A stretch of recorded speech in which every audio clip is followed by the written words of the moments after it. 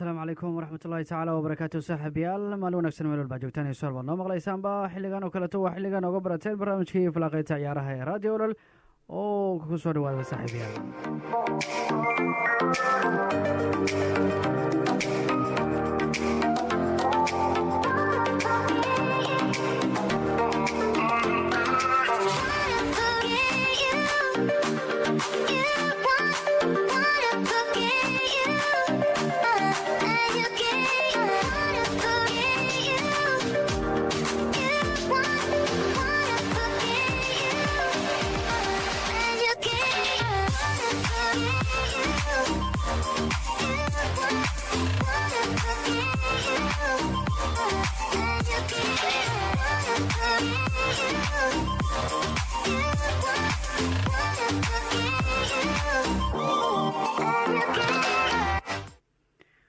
waa tahay saaxiibayaal maalin wanaagsan mar labaad meel walba joogtaan iyo su'aal baad noo maqlaysaan balaan oo gudagalno barnaamijkii oo aan gudagalnaba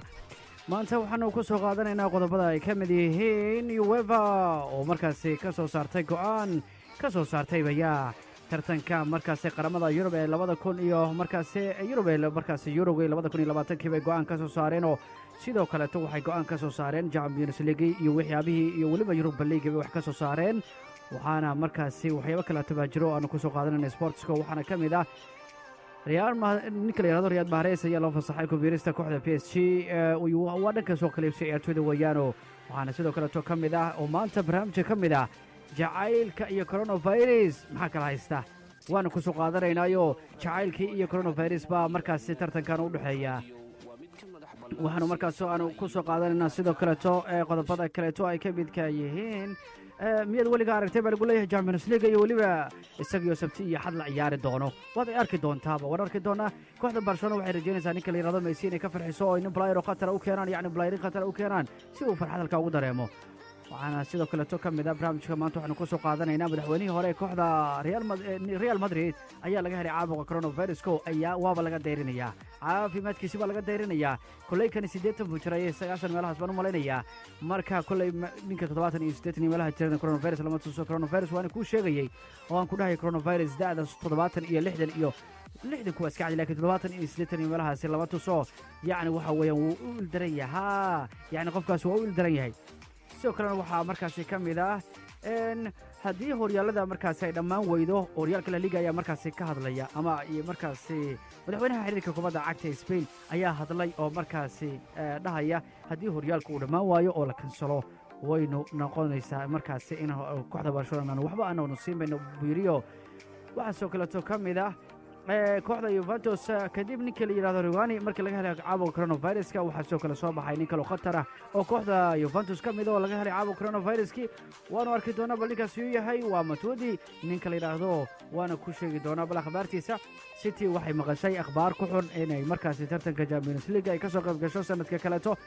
walla waxba jiri doona sidoo kale tan dadka yani waliba balaayrinta ku karantiilan yani guryahooda ku jooga caafimaadkooda ku ilaashanaya warar baa u soo baxaya wararka yani waxa way waxay sameeyaan bay garan laayihiin markaas wax riwaayada wax ku sameynaya guryahoodii bay ku sameynayaan barnaamijku waanu ku soo qaadan doonaa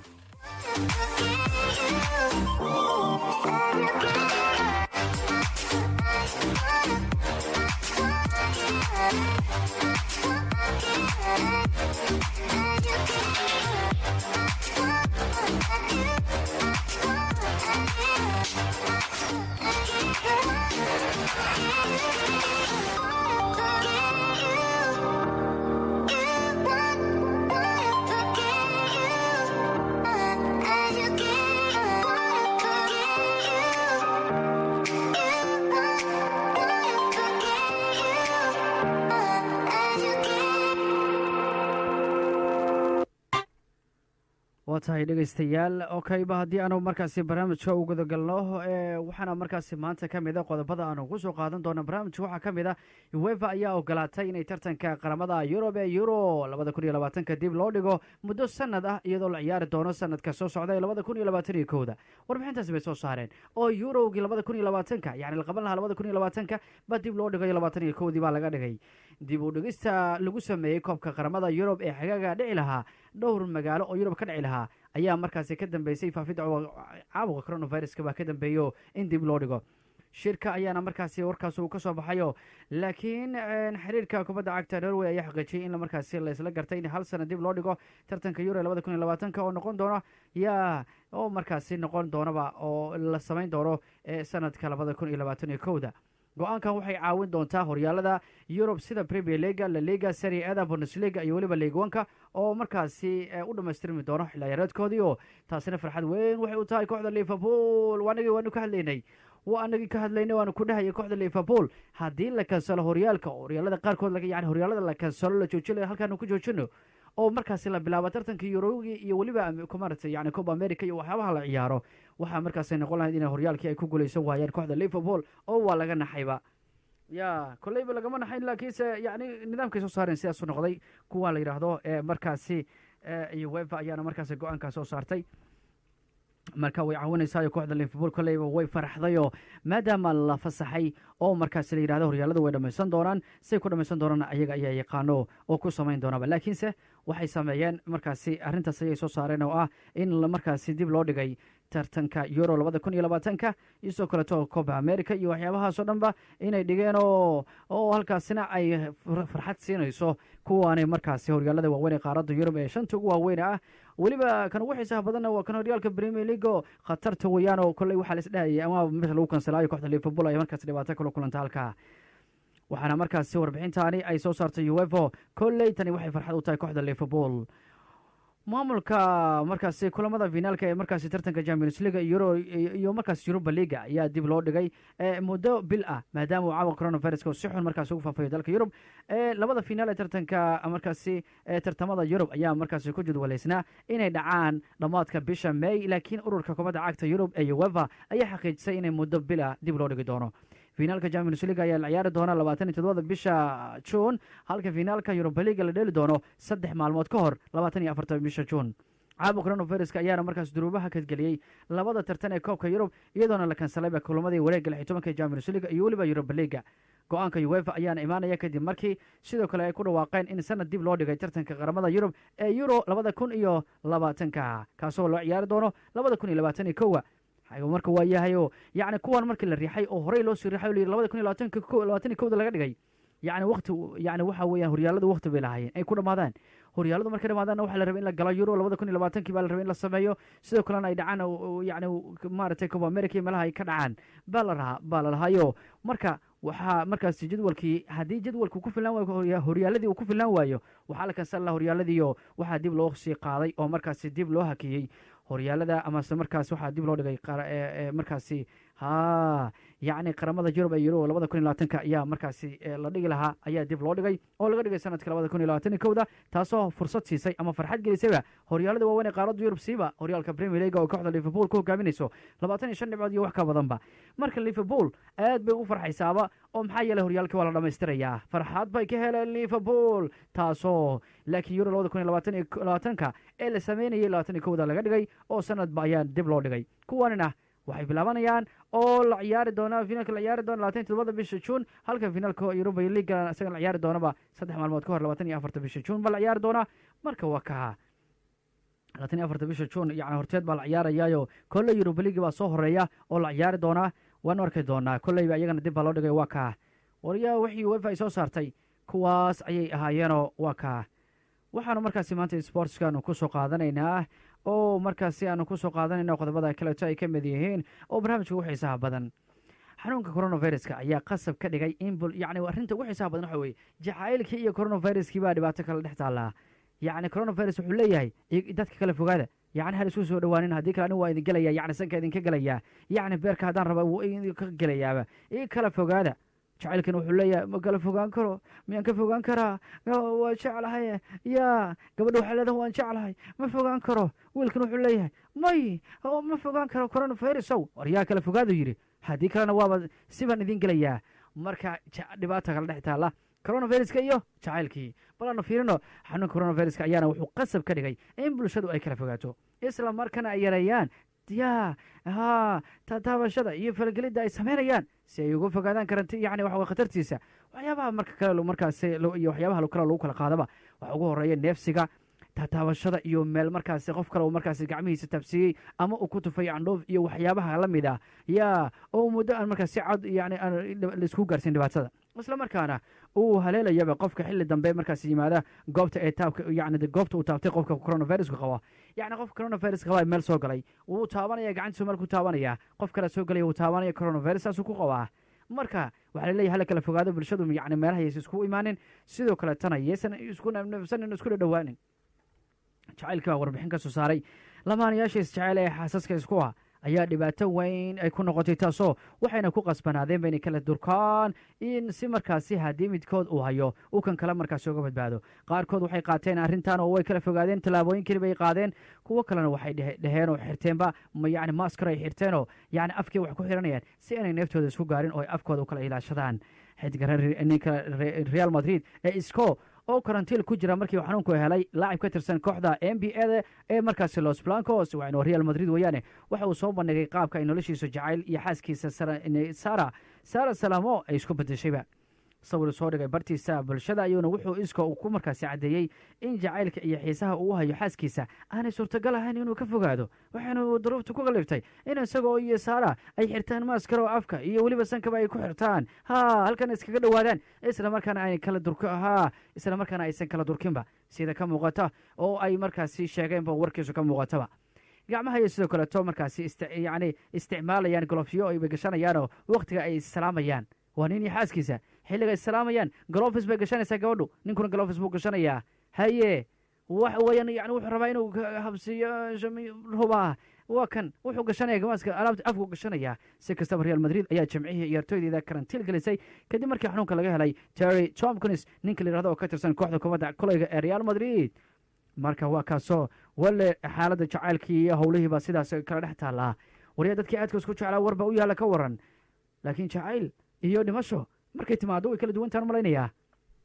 aad bay isku ilaalin doonaan dadka isjecelo waa kala fogaan doonaanoo dadka isqaba weeyaan dadka isjecelo isqabaanu ka hadlaynaa dadka kaleeto kama hadlayno waxaanu ka hadlaynaa dadka isqaba ee aadka isku jecel baanu ka hadlaynaa karantiil baa la kala geliya waxa la yidhaha laisku dhowaanina coronavirusku sanku idinka gelaya dadku hindhisaan kala jooga baa la yidhi oo ayagiina waxay leeyihiin anagu ma kala joogi karno meeshaanu kala fogaan lahayn oo yacni aanu iska ilaalin lahayn sankobaa waxaan gashanaynaa bahashaas maradayo u xiran iyo sidoo kaleetoba waxaanu samaynaynaa glovis markaanu salaamayno tii kaleeto yani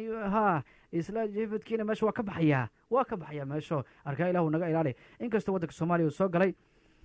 soo galay magaalada muqdisho laga helay oo xaaladiisu ay markaasi halis tahay oo dowladdiina ku baaqaysaba in la sameeyo dadaal badan oo dadku ay kala fogaadaan oo yani la iskugu imaan meelaha bulshada iyo sidoo kale baaris la sameeyo dadaal badan la hayo waxay markaasi ay tahayba inaanu diraahno ilaahayo kaasi naga badbaadi waana ba awood u hayne waa yahay markaan waxaanu fiirinaynaa qaabka kaleto marka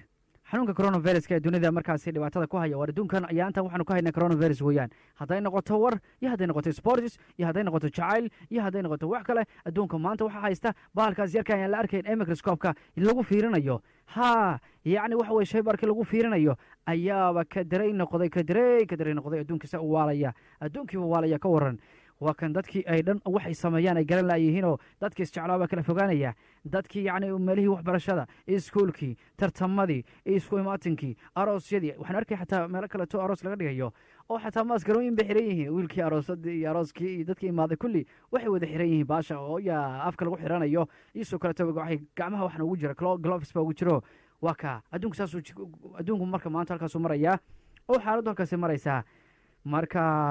yacni waxa weeyaan wax ilaahay qadaray weeyaan laakiin qasab ay tahayba in warkeenna uu ku bato maadaama adduunkii haatan u haysto wax walbaanu ka hadlayna waa dhex taagan yahay marka xanuun coronaviruska ayaa dunida markaas dhibaato ku haya ayaana isbedel weyn ku keenay jadwalkii caadiga aha ee ciyaaraha waxaanu sababay in dib loo dhigo tartanka qaramada yurub iyo latin america iyo euro 2020 iyo copa america 2020 sidoo kalena iyaga gadaal baa loo dhigay sidoo kalena waxaa halis ku jira ciyaaraha olombikada ee bartamaha sanadkan qorshaysnaa in lagu qabto jaban ciyaaraha horyaalka ayaana muddo bil ah markaasi taagan waxaana jira kooxo badan oo markaas yacni sheegaya ciyaartooygeeda inuu ku dhacay coronaviruska gaar ahaan wadamada spain iyo talyaaniga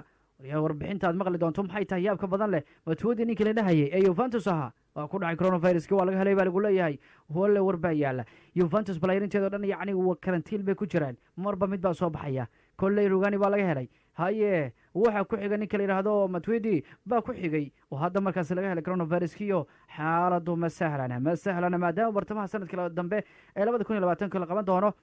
yaa shiray shalay isku yimaadeen ee xubnaha uefa ayaana waxaa markaasi lagu go-aamiyey in dhammaan horyaalada ay markaasi dhammaan inta ka horeysa june yani 30 juun ee sanadkani baa loo qorsheeyey soo kalena ciyaaraha finaalka ee Champions League iyo Europa League ayaana loo qoondeeyey inay markaasi noqdaan isla june maadaama bartamaha sanadka yani waxa weeyaan waa ka maadaama bartamaha sanadka dambe ee 2021 la qaban doono Euro 2021 ee Copa iyo Copa America 2022 la qaban doono waxaa horyaalada xilciyaareedka dambe ay tahay inay si degdeg u bilaabaan si waqti hore ay u dhamaadaan sidaas oo kalena waxay tahay in fasal ciyaareedka socda lagu dhamaystiro xilligii loo qorsheeyey hayse ahaatee haddii xanuun coronavirus uu sii jiro maxaa la yeeli doonaa bal aanu fiirino kulamada Champions League ayaa la sheegay in la ciyaari doono 2 maalmood yani oo sabti axada sidoo kalena markaasi laga yaabo in markaasi Talaadada iyo Arbacada lagu daro si waqti hore ay u soo dhamaadaan war-saxaafadeedka shalay soo saartay UEFA ayaa lagu sheegay inay markaasi suurtagal tahay in ciyaaraha Champions League iyo Europa League la ciyaari doono maalmaha sabtida iyo axada oo ay markaasi gaaladu u taqaanaba dhamaadka isbuuca yani waxa weeyaan maalmaha holiday-ga yiraahdaan oo dhamaadka isbuuca halkan khamiis jimcaha nooga tahay iyaga sabti axad u tahay halka tartanka maxalliga ahna markaasi loo diri doono bartamaha isbuuca waxyaabaha suurtagalka haddii aanu firmo in wax markaasi laga dhimo jadwalka hadda waxay sababi karayaan in markaasi tartamada xiliyada la ciyaari doono kulamada maxalliga ah loo raro bartamaha isbuuca iyo tartanka uefa oo ciyaarahooda markaasi la geeyo dhammaadka isbuuca sabti iyo axad ayayna markaasi tiri uefa oo waxaa markaasi la ciyaaraya bay ku leeyihiin sabti iyo axad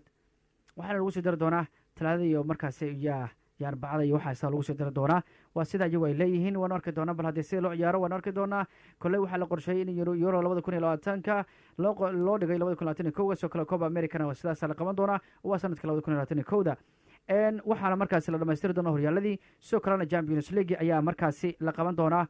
June oo la ciyaari doonaa isaga Europa League labadaba laakiin maalmaha la ciyaari doona waa sabti axad ayay la yiraahdeen waxaana lagu sii dari karaa Talaada iyo Khamiista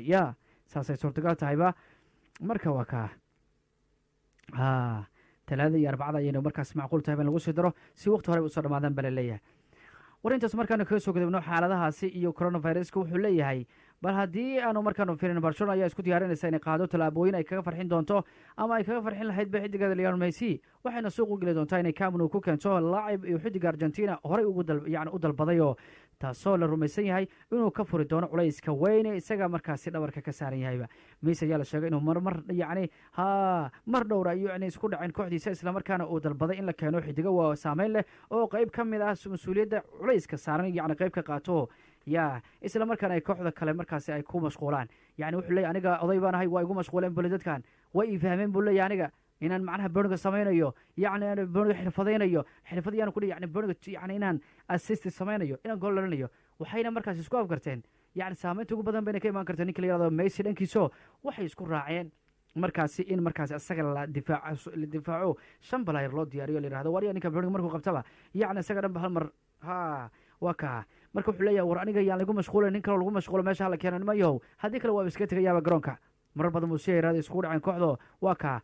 warku wuxuu sheegayaa in Barcelona ay u dhaqaaqi doonto sidii ay dib ugu soo ceshan lahayd xidiga reer Brazil ee Neymar oo xagaaga horena ay markaas aad loo xiriirinayay xilligaasoo warbaahinta qaarkeed ay tabisay inuu u sheegay mas-uuliyiinta PSG inuu ka tegayo Neymar ayaa sidoo kale markaasi muran toos ah yaa kala hortegayba mulkiilaha PSG Nasser Al Khalifi taasoo markaasi soo dedejisayba go-aanka gar in la fasaxo kooxda haysta horyaalka Faransiiska ayaana go-aan ka gaadhay oo tiri war ninkan waan iska fasaxayna ninkii la Neymar wiilkan yaro waxba laga qaban karin baa noo soo baxay la yiraahdo Mbappe Barcelona ayaana si xora markaasi kaga tegi karaya Lionel Messi xagaagan si uu markaas sida uu dhigayo heshiiska uu kula jiro ayaana waxay qasab tahay inay samayso wax kasta oo ay markaas ku qancin karayso inuu sii joogo kooxda waana talaabada koobaad ay noqon doontaa inay dib ula soo saxiixato Neymar oo 222 milyan oo euro ay kaga iibsatay PSG oo iyaduna aan ogolaanin dooninba in wax intaasi ka yar ay kaga iibsato inkastoo maalin weyn ay sheegtay 150 milyan baa anaga caadi waa macquul bay dhaheen sidii uu qoray wargeyska ee markaasi El Confidencial ee ka soo baxay Spain Barcelona waxay markaasi ku howlan tahay dadaal kasta oo Lionel Messi kaga hor istaagi karto inuu ka baxo kooxda Barcelona waxaana Neymar markaasi noqon karaya xalka ugu haboon ee sababi karaya in xidiga reer Argentina Lionel Messi uu sii joogi doono garoonka Camp Nou waan arki doonaa bal haddii macquulka xaaladu sidaa tahay kolley wax farxad weyn bay u noqon doontaa ninka la yidhaahdo ninka la yidhahdo leo messi iyo weliba kooxda barcelona inay markaas isla joogaanoo yacni balaayarin fiican oo tayo fiican ay keensadaan ogsanow neymar markuu joogay waxay ahayd marka ma messi baad celisaa ma neymar baad celisaa markay messi ku mashquulaan waa kan neymar waa xirfadaysta geesku kala soo galaya waa kan dhegdheg u siiyo ku bixinaya ama ka dhalanayaba saasay ahayd xaaladdu mogtahay in ninka la yidhahdo xataa dambeele uu fiicnaayo laakiin dhaawac baa weerarinaya xaggee laga aadaa yaa ninka la yidhahdo dambeele wuu fiicnaa laakiin dhaawac baa weerarinaya markuu soo kacaba waxay uu tusayay wax khatar ah yacni goolal buu dhalinayay waa caawinayay khatar buu ahaa dambeele laakiinse suarez saludkiisu khatar buu ahaa laakiinse waxaa jira mas-uuliyad weyn oo saaran ninka la yidhahdo leo messi yacni xilligaano waxayna aad ugu mashquulayaan asagoo way ka ilaalinayaan kubadda si markaasi uusan ugu dhibaato gelin kooxaha kaleeto waxayna markaasi yiriba war aniga aad baa lagu mashquulaya nin kaloo lagu mashquulo kooxda hala keeno yaa barcelona ayayna qasab ku noqotay inay keenaan neymar iyo weliba rag kaleeto ay ka mid yihiin lautaro martinez iyo ninka la yidhahdo aad wax loola xiririnaya intaa ninka la yidhahdo aubameyang waana gudageli doonaa suuq kalibsi ciyaartooyda baanu ka hadli doonaa taas laakiin aad wax loola xiririnaya ninka la yidhahdo ninka la yidhahdo aubameyang ayaa aad loola xiriirinaya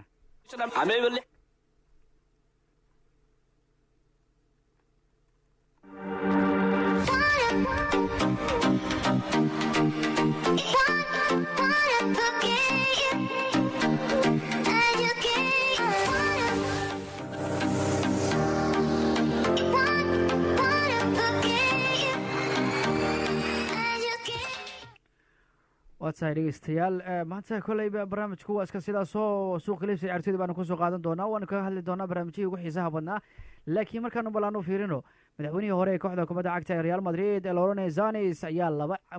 ayaa loola cararay baa lagu leeyahay cisbitaalka kadib markii uu ku dhacay xanuunka coronaviruska kaasoo geliyey xaalad halis ah sida uu ku warantay warbaahinta dalka spain ayaa markaasi lawrence sanchez oo ay da-diisu tahay 76 sano jir ayaa galay xaalad aad u liidata waxaana la dhigayba qaybta dalka yacni dadka aadka u liita ee cisbitaalka ku yaala magaalada madrid warbixinta kaleeto aan ka hilmaamayna waxay tahay baana kuu sheegin war ninkii ronaldo ahaa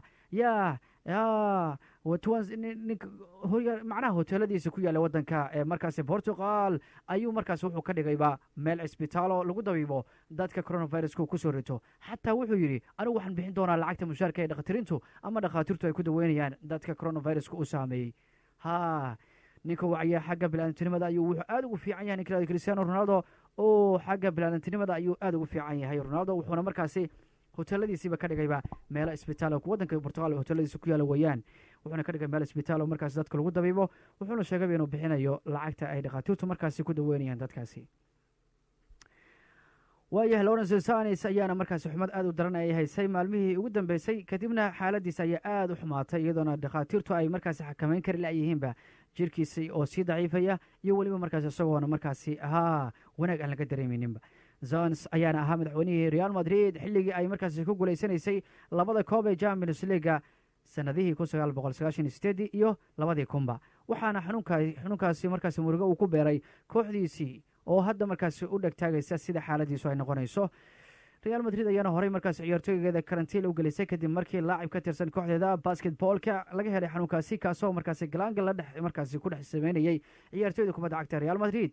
dhinaca kalena caabuqa coronaviruska ayaa wixii intaasi ka dambeysay ku hayay dadka da-doodu ay ka weyn tahay 70 sano jir dhibaato ku hayo inta ugu badan oo ay markaasi u dhimanayeenba marka odaygu waa dhibaataysan yahay xaaladiisana waa laga dayrinayaa waana ninka la yidhahdo lons waana tababarihii hore ee kooxda real madrid waana madaxweynihii hore aan dhehe ee kooxda real madrid markan haddii aanu fiirino waxyaabaha kaleeto ay markaasi fiirinaynayo waxaa ka mid ah kooxda yuventusna waana ku sheego matwidi ninka la yidhahdo waa ka helan coronaviruskiyo waa kan xaaladiisu ay markaasi soo cusboonaanayso matwidi ayaa noqonaya ciyaartooygii labaad ee ka tirsan yuventus ee laga helo xanuunkani waxaana ugu horreeyay rugani ha yeeshee ciyaartooyda yuventus ayaa dhammaantood karantiil ku jira maadaama ay suurtagal tahay in rugani uu markaasi qabadsiiyeyba xidiga reer portugal cristiano ronaldo ayaana markaasi ku sugnayn waddanka talyaaniga ayaana wuxuu naftiisiisa ku karantiilay oo markaasi ku go'doomiyey portugal oo qasri uu ku leeyahay jasiiradda madira oo markaasi isagu isku karantiilayba waddanka talyaaniga ayaana markaasi tirokoobyadii ugu dambeysay sheegayaan in coronaviruska uu ku dhacay in ka badan 32,000 oo qof ilaa haddana waxaa u dhimatay 2,503 qof marka waxa way ka daray weeyaan ilaahayow kaanaga qabo waxaan daawanaya kilib yaroo lasoo duubay oo kilib yaroo lasoo duubay oo baalka laga soo duubay yacni coronaviruska dhanba kilibkaasana ka daawadayba asagoo dadka uu hayo waxaanad yaabaysaayo dadka si u qabanayo waad ka yaabaysaaba yaa senegal bay ahayd waxa weye kilibkaasu meesha markaasi ama garoonka yaa diyaaradda senegal bay ahayd oo soo dhigtayba waa ka markaasaad arkaysaa dadkii saa u jiifa iska qufacaya oo markaasi rafanaya waryaa bacalka waxda kale joojis mala ka war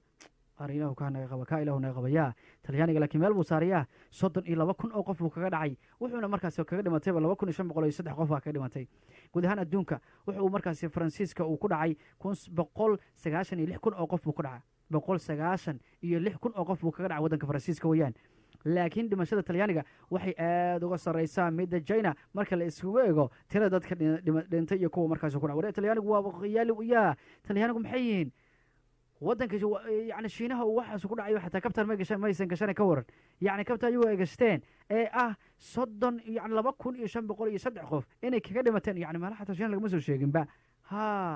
marka ilaahay naga qabto oo waa kaasoo matwidi koley isaguna kule ciyaartooyda dhakhaatiiran caadiyan behestaro waa lala dabiibayaa aadba ninka la yihahdo hosen odayo asagina aad buu u ficnaadayo wuxuu soo gelaya clip uu markaasi bartiisa oo soo dhigayo wuxuu leeyahay anuu aad baan u soo ficnaanayayo isaga iyo weliba almiteniyon soo tusayaaba uu leeyahay war coronaviruska looma dhinto oo sida isaga uu yacni helayo waa kaa sidoo kaletana waxaanu soo qaadana maxkamadda garsoorka markaasi yacni markaasi maxkamaddu ay taalay oo markaasi kooxda city weeyaano arrinteedu maxkamad bay taalay oo markaasi ku saabsaneedba in 2 sano laga ganaaxayo tartanka Champions League ayaana markaasi warbixinteedu soo cusboonaatayba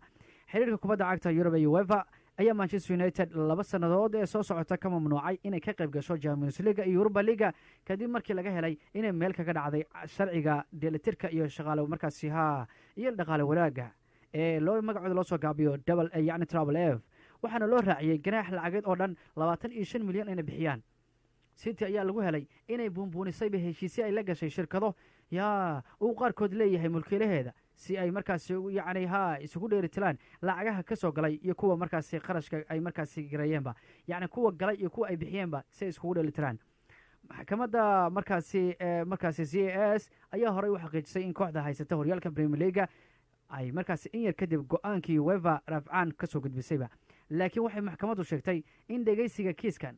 aan loo markaasi ogolaan doonin in cid ka socota Manchester City ay timaado maxkamadda oo ay ka difaacdo eedeymaha iyo dembiyada ay markaasi ku eedeysan yihiin Manchester City oo markaasi u diyaarsatay qareenno lacag badan markaasi ay siinayso oo kiiskan ka difaaci lahaa isla markaana maxkamadda tegi lahaa ayaa war-saxaafadeed ay CAS soo saartay waxaa lagu sheegay in caabuqa coronaviruska dartii aan loo ogolaan doonin qareennada City inay maxkamadda yimaadaan keliya inay muuqaal daawasho toosa ay kaga qayb geli karayaanba taasoo weji gabax ku riday City kooxda reer England ayaana markaasi qareenadeeda difaaci lahaa loo baahan yahay inay cadeymahooda ay ku gudbin karin yacni aysan ku gudbin karinba qaab online video conference aysan ku gudbin karaanba ha yeeshee maxkamaddu waxa ay u sheegtay in duruufaha jira aanay u saamixi karinba in qareennadu ay yimaadaan xarunta maxkamadda waxay leeyahay aniga ha igu hindhisanina dadkaas soo daraysaan macquul waxa ah inaad inagu hindhisaan suurtagalna maaha haddaad doonaysaan inaad hadashaan si online u soo gala cadeymaha haysanna natus ay leeyihiin CS ayaana markaasi ma samayn doonto markaasi dhegayso yacni oo ma dhegaysan doonto iyo gudaha maxkamadda cid joogta inta ka horeysa 1 May 2020 oo ah waqtiga ugu horeeya iyadoo lagu duulayo duruufaha markaasi kiiskan oo uu keeni karo waa kaasoo warbixintaasi baa jidha oo ay soo saartay markaasi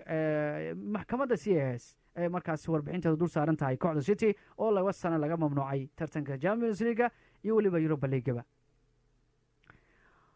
markaan waxaanu fiirinaynaa bal waayahayo waxaanu markaasi aanu fiirinaynaa bal markaan Zlatan Ibrahimovic iyo Cristiano Ronaldo bal maxaa horta dhex yaala oo mar badan waxaa la arkaa Zlatan Ibrahimovic oo aad ugu dhaleecaynaya ninka la yiraahdo Cristiano Ronaldo miyuu aad u necab yahay ninkan oo Cristiano Ronaldo lama tusi kara miyaa mise xaalad kala jidha bal waanu fiirinaynaa inkastoo waqtigu uu yaryahay waanu fiirinaynaa Zlatan Ibrahimovic ayaana si ixtiraam leh markaas uga hadli jiray kabtanka reer Portugal Cristiano Ronaldo laakiin isbedelka ayaa ku dhacay qaabkii uga hadli jiray xidiga ku guuleystay balmarinta Ballon d'Or-ka muddo 5 shara Zlatan Ibrahimovic xaqiiqa hal horta bal necab yahay Cristiano Ronaldo balaano fiirine waxaa jira hal Ronaldo buu yiri waana Ronaldinho reer Brazil Cristiano Ronaldo tayadiisu waa mid iska dabiici waa mid iska daciif waxayna ku timid buu yiri yacni Cristiano tayadiisu waa mid iska caadi buu ku leeyahay waxayna ku timid buu ku leeyahay shaqo badan ayuu u sheegayna majaalada markaasi uu markaasi wareysanayso sanadda 2019 yani waxa la Cristiano Ronaldo ka waran markaasuu Ronaldo waa mid iska caadiya يعني markaas dadaal walba u gaarana wuxuu ku gaarayaa ku leeyahay shaqo badan asoo uu qabtay yani gym iyo balaayo uu sameeyaa buu leeyahay yani orod buu sameeyaa wuxuu sameeyaa dadaal aan caadi buu sameeyaa buu leeyahay Ibrahimovic ayaana si weyn u jeclaa halyeeyga reer Brazil Ronaldo markii uu daada yaraa laakiin taasi yani marsiyo ma noqonaysaa buu leeyahay in ixtiraam darro uu kula dhaqmo halyeeyga reer Portugal Cristiano Ronaldo oo uu cadraha dhigay xilligan tiro dhowr jeer ayuu Ibrahimovic diiday baa lagu leeyahay Ibrahimovic uu diiday ها weliba uu liidayba xidig reer Portugal ee Cristiano Ronaldo markii Ronaldo uu ka tagay kooxda Real Madrid oo uu ku biiray kooxda Talyaaniga Juventus wuxuu ilaamiyay inuu markaas ay tahay tartan cusub يعني wuxuu leeyahay Cristiano Ronaldo ilaamiyay in tartan cusub ay tahay laakiin Ibrahimovic ayaa hadalkaasi ku weeray Ronaldo isagoo sheegay in hadalkaasi uu yahay mid iska yani qashin oo kala taa يا in lagu biiro Juventus lama micnaha tartan cusub inaad gashay buu yiri in lagu biiro mid kamid ah kooxaha ugu fiican dunida ma ahan tartan cusub buu yiri anigu waxaan tartan cusub u garanayaa inaad ku biirto koox liidata ama aad joogto meel maradu ka dhacsan tahay kadibna hore u soo qaado markaas aan ku dhihi karaa in tartan cusub soo galay baa tahay oo khatara laakiin markaad u tagto koox weyn oo yani horyaalada iska qaadanaysa Champions League-na finaalka tagaysa waxa soo kale tartan cusub lama dhaw ku leeyahay Orle Sartan Ibrahimovic ninkan war waa ku hayaa Ibrahimovic ayaana sheegay in tartanka cusub uu u yaqaano in lagu biiro koox hoos ay u dhacsan tahay sida isagu sameeyay markii uu ku biiray kooxda AC Milan bishii Janaayo isagoona saameyn weyn ku yeeshay kooxda marka waa ka waxa weeyaan Zlatan iyo Ronaldo weligood isla ma ciyaarin sidoo kalena hadal kulmaysan markaasi ku dagaalamin oo hadal Muuse dhex marin ma laga yaabo in Ibrahimovic uu markaasi ka masirsan yahay ma laga yaababa in uu ka masirsan yahay ninka la Ibrahimovic Cristiano Ronaldo maadaama xulkiisa Sweden ay markaasi uu ku reebay يعني markaas uu ku reebay ninka Ronaldo yani Portugiiska uu reebay sanadkii 2014 ciyaartaas kadib Ibrahimovic ayaa ka hadlay oo caana ka noqotay isagoona yiri koob aduun oo aan anigu markaas ka maqanahay ma istaahilo in la daawado buu yiri ninka la Ibrahimovic waana markaas waxa ka reebay Portugal ba ka reebtay in tartankaas oo Ibrahimovic ayaana lagu yaqaan inuu markaas si xun uga hadlo ciyaartoyda kale mana ahan markaas xidiga markaas la gambado fikirkiisa isagoona sheegay in sababta uu xidigaha kale u weeraro ay tahay inuu markaas isku dhiirigeliyaba markii uu joogay horyaalka Mareykanka wuxuu si joogto ah u dhaleeceynayay xidiga ku guuleystay abaalmarinta laacibka ugu fiican horyaalka Mareykanka ee Carlos Vela wuxuuna sheegay maadaama Ibrahimovic qaab ciyaareedkiisu fiican yahay dib u helay isla markaana uu goolo markaas u horseeday la Galaxy marka ninkan wuxuu leeyahay oo Ronaldo kulay wuxuu leeyahay ma nabci laakiin tartan cusub aan u aqaan uu kulay in lagu biiro Juventus oo kale taba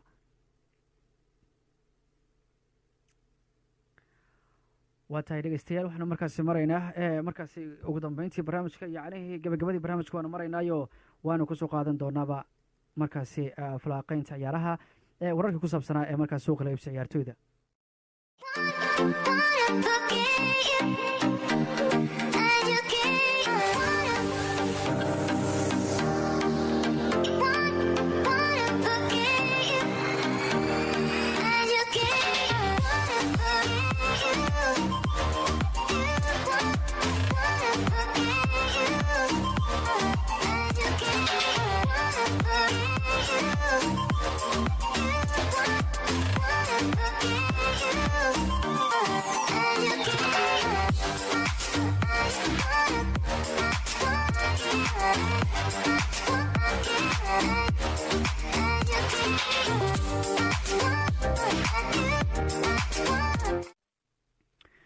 waatahay dhegeystayaal markaasi waxaad nagala socotaan raadiyo olol mawjada dhigashan baad nagala socotaan waxaana markaasi aanu idinla wadaagaynaa qaybihii ugu sii dambeysay ee barnaamijka baanu idinla wadaagaynaa waayahayba markaana waxaanu soo qaadanaynaa balaayarinta lagu karantiilay guryahoodii baanu ka soo qaadanaynaa weliba qosol bay tani tahayba ninka la yidhahdo Cesc Fabregas ayaana markaasi meel ka mid ah isagoo isku karantiilayba wuxuu markaas samaynayaa fal dadka ka yaabsaday yacni ficil ka yaabsaday dadka baraha bulshada aad u isticmaala wuxuuna samaynayaa yani wax u qabtuu garan laayahay ilaa ninku wuxuu ahaa meel tababar uu ku samayn jiro tababarkiisa iyo balaayarintiisu iskaga dhex jiri jiro halka uu marbuur reerkiisa soo booqan jiro saas buu ahaa waxaana dhacdayba markaasi in markaasi ninka la yidhahdo Cesc Fabregas uuba soo kacay subaxdiio uu markaasi weliba wuxuu taagan yahay uu markaasi degan yahayba guri uu ka degan yahay magaalada markaasi hadda uu ku sugan yahay Cesc Fabregas ayaana ka mid ah ciyaartoyda badan oo gurigooda lagu karantiil markaasi ku jooga maadaama laga baqayo faafidda caabuqa coronaviruska kabtankii hore markaasi Arsenal Cesc Fabregas ayaana muuqaal qosol soo dhigay bartiisa bulshada isaguna markaasi gurigiisa ku yaala magaalada Monte Caglaro ee gobolka Morocco markaasi jooga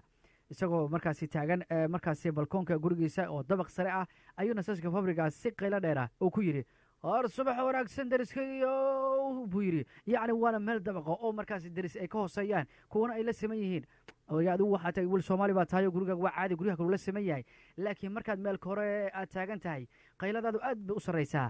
markaasuu subaxdii intuu soo kacu leeyahay subax wanaagsan yacni meeshan kama qayli karee yacni subax wanaagsan buu leeyahay moogtahay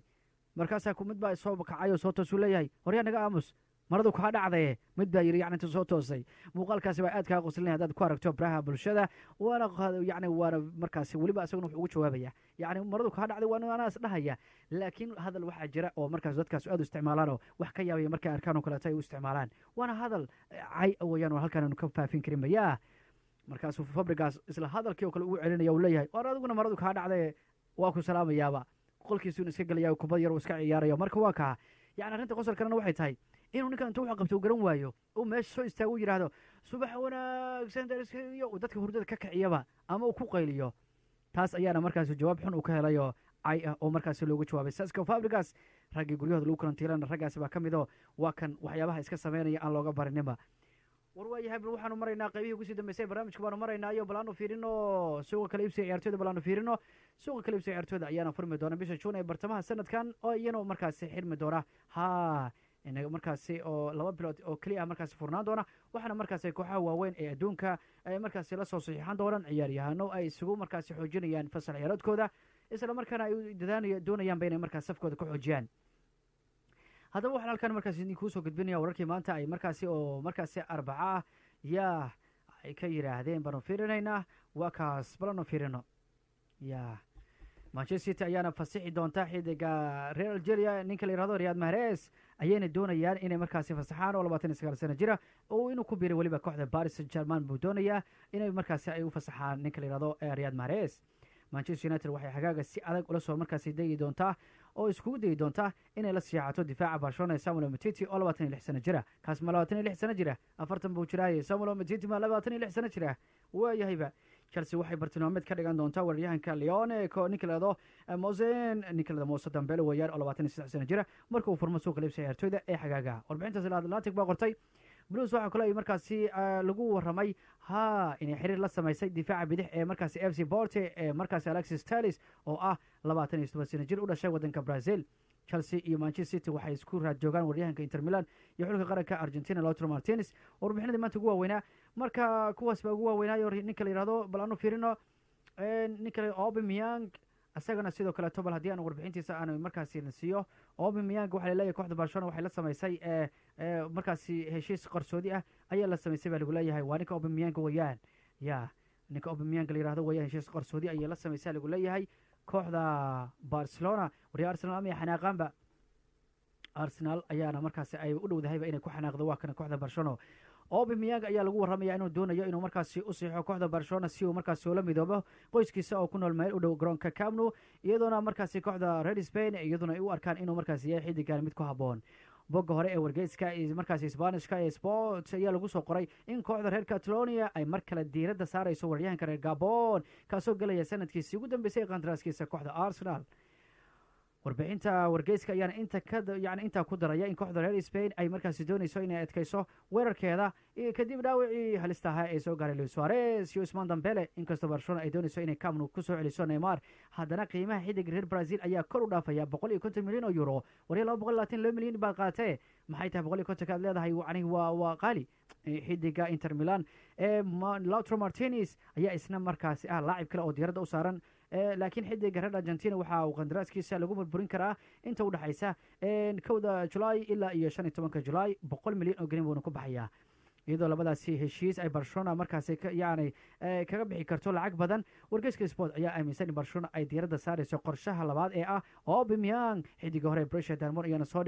ayaana soo bandhigay inuu xiiseynayo inuu u wareego kooxda Barcelona ee Catalonia maadaama qoyskiisu ay ku nool yihiin meel u dhow magaalada Barcelona warbixintaas baan ugu dambeysay maanta barnaamijkeeni Yuusuf Cabdiraxmaan Alteso ayaa idinla socodsiinayay dhanka farsamada Iraad buu ahaa waxaana barnaamijka soo saaray Bashir Yuusuf Nadeera tan kulanteena dambe saaxiib yaal nabadgelyo